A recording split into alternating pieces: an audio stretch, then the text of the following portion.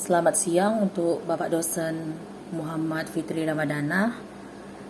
Saya Ruth Septaria Utapea dengan NIM 7203240041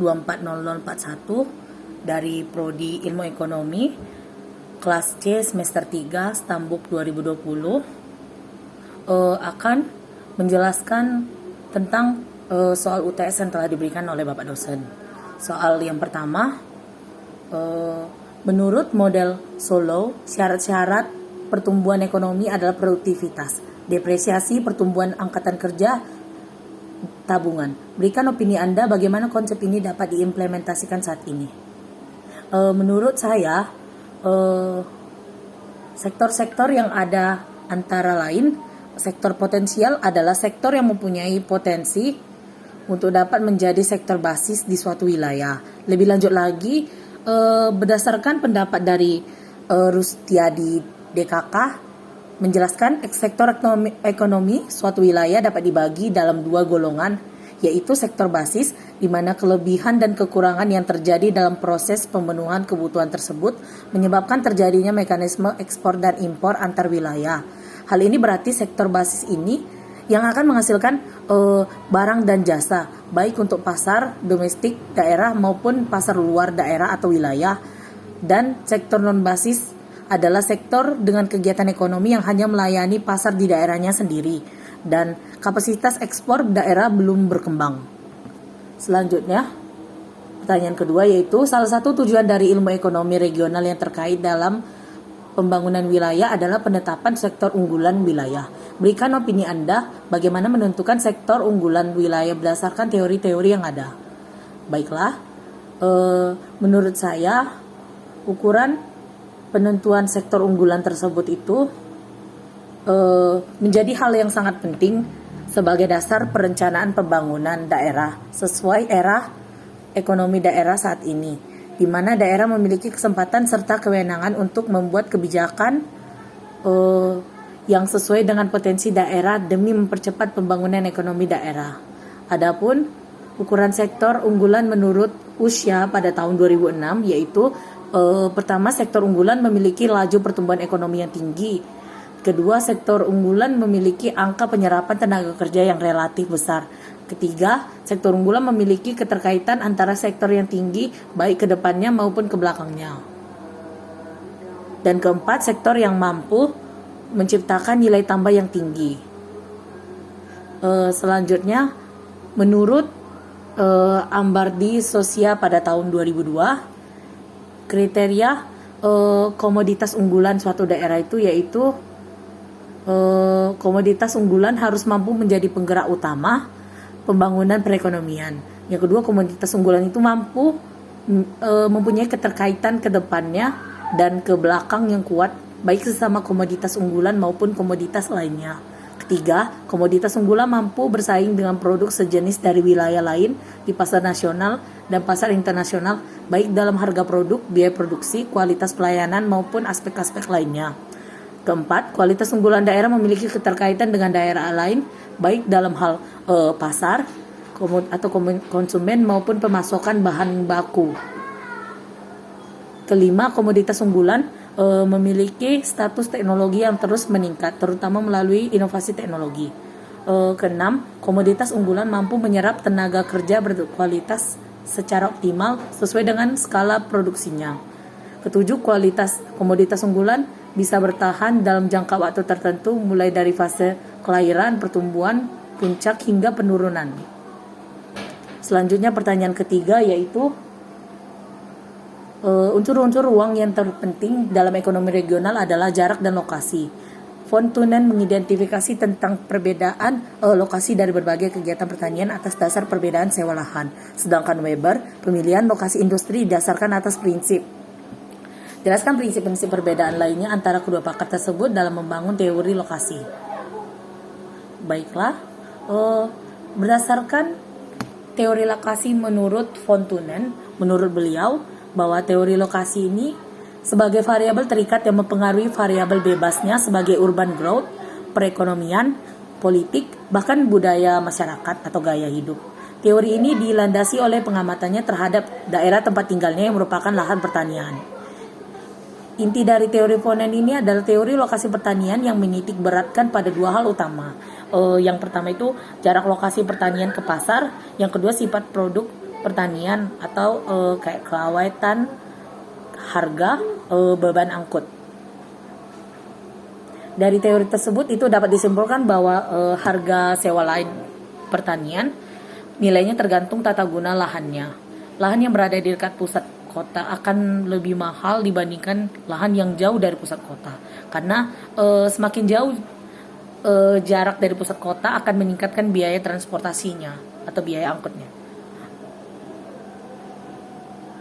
Model teori lokasi von Thunen ini juga membandingkan hubungan antara biaya produksi, biaya harga pasar, dan biaya transportasi. Teori von Thunen di atas dapat dibagi menjadi dua bagian, yaitu isolated area yang terdiri dari daerah yang dataran yang teratur. Yang kedua itu kondisi yang telah dimodifikasi atau kayak terdapat sungai yang dapat dilayari. Semua penggunaan tanah pertanian dapat memaksimalkan produktivitas masing-masing, di mana dalam kasus ini bergantung pada lokasi dari pasar atau pusat kota. Banyaknya kegiatan yang berpusat pada kota atau pusat pasar ini menjadikan kota memiliki nilai yang lebih ekonomis untuk mendapatkan keuntungan maksimal bagi para pelaku pertanian. Selain itu juga faktor jarak juga menentukan nilai suatu barang, dan semakin jauh jarak yang ditempuh oleh para petani, ya maka biaya transportasi yang dikeluarkan itu akan semakin besar atau meningkat. Sehingga pasti para petani itu akan memilih untuk menyewa lahan yang lebih dekat dengan pusat pasar atau kota, dengan harapan ya bisa menaikkan nilai harga barang yang tadi yang lebih tinggi tanpa harus mengeluarkan biaya angkut atau biaya transportasi. Sebenarnya teori ini cukup relevan digunakan sebagai dasar dalam pengembangan dan pembangunan wilayah perbatasan di Indonesia, khususnya melalui pengembangan transportasi, karena karakteristik wilayah perbatasan di Indonesia ini memiliki jarak paling jauh dari pusat kota dan juga berperan sebagai wilayah penyedia bahan baku. Tapi seiring berkembangnya ilmu dan juga kondisi dinamika pembangunan Indonesia yang sangat cepat, maka teori ini dianggap tidak lagi valid atau tidak tepat dan juga relevan untuk dapat diaplikasikan saat ini. Hal ini dikarenakan teori ini dibuat sebelum era industrialisasi yang memiliki asumsi bahwa kota terletak di tengah di antara daerah terisolasi atau isolated area state, dikelilingi oleh hutan belantara, tanah yang datar, tidak terdapat sungai dan pegunungan, kualitas tanah dan iklim tetap. Mode transportasi hanya berupa gerobak dan tidak terdapat jalan penghubung, serta petani yang mencari untung sebesar-besarnya gitu. Asumsi ini sudah pasti sulit diterapkan di era sekarang, di mana sarana dan prasarana itu udah sangat maju dan modern gitu, dan alat angkutnya sudah banyak yang murah. Teori selanjutnya itu teori Weber. Teori Weber ini adalah penentuan lokasi industri di tempat-tempat yang resiko biaya atau biayanya paling murah, atau least cost location, yaitu tempat di mana total biaya transportasi dan tenaga kerja, di mana penjumlahan keduanya minimum, tempat di mana totalnya cenderung identik dengan tingkat keuntungan yang maksimum.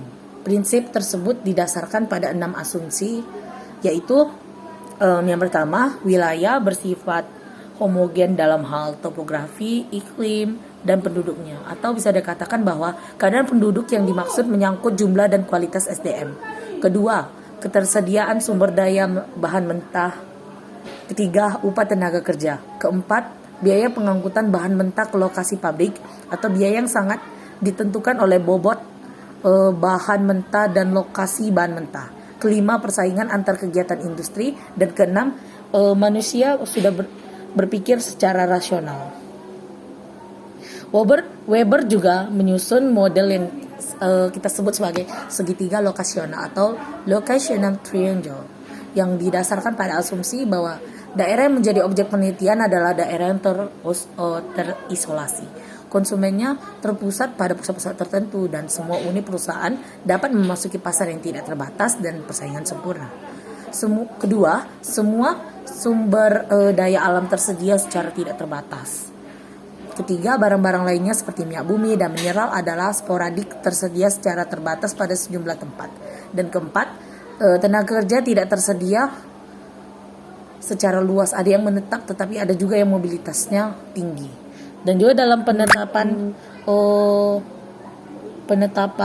lokasi industri itu ada 3 penentu, yaitu biaya transportasi, upah tenaga kerja, dan juga dampak aglomerasi dan juga deaglomerasi.